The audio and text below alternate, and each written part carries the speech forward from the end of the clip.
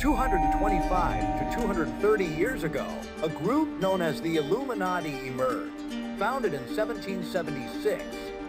The goals of this group are well documented, and one of them is world domination. One of the best ways to achieve this domination is to control people's minds, and controlling a country begins with controlling minds. Historically, the manipulation of political opinion has been the main weapon of the Freemasons in controlling countries. Once they control the rulers and politicians of a country, they can change the laws and political structures according to their agenda. However, the Masons realize that restricting the body does not necessarily restrict the mind, and so their plan for world government is based entirely on subjugating the masses to their agenda and eliminating any opposition. The greatest threat to their plan is not armies or laws, but the thinking mind.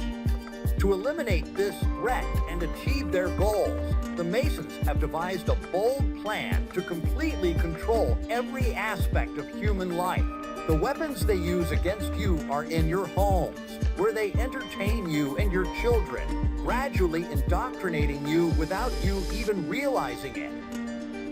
In today's society, people spend an increasing amount of time engaging with modern media, such as television, cinema, computer games, the internet, as well as novels and popular music, which have become an integral part of our lives. However, these media provide an enormous amount of information that our minds absorb, whether consciously or unconsciously.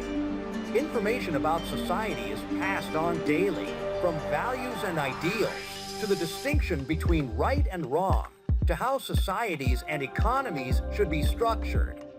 The Freemasons in particular use the entertainment industry to condition people to their way of thinking, whether overtly or covertly.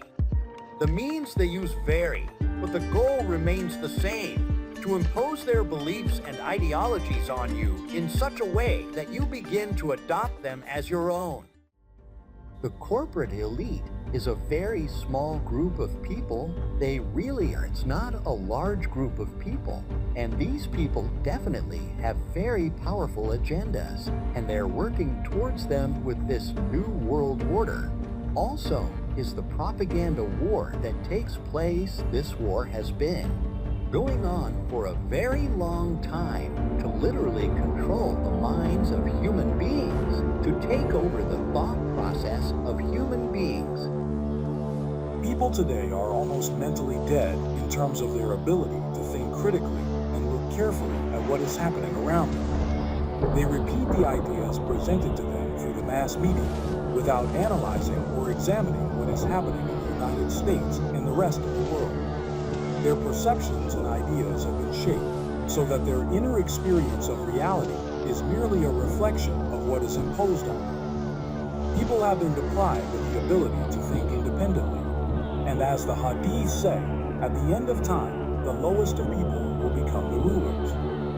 The intellectual displacement will continue until only those who are led unconsciously remain, as if they are mere tools being driven unconsciously.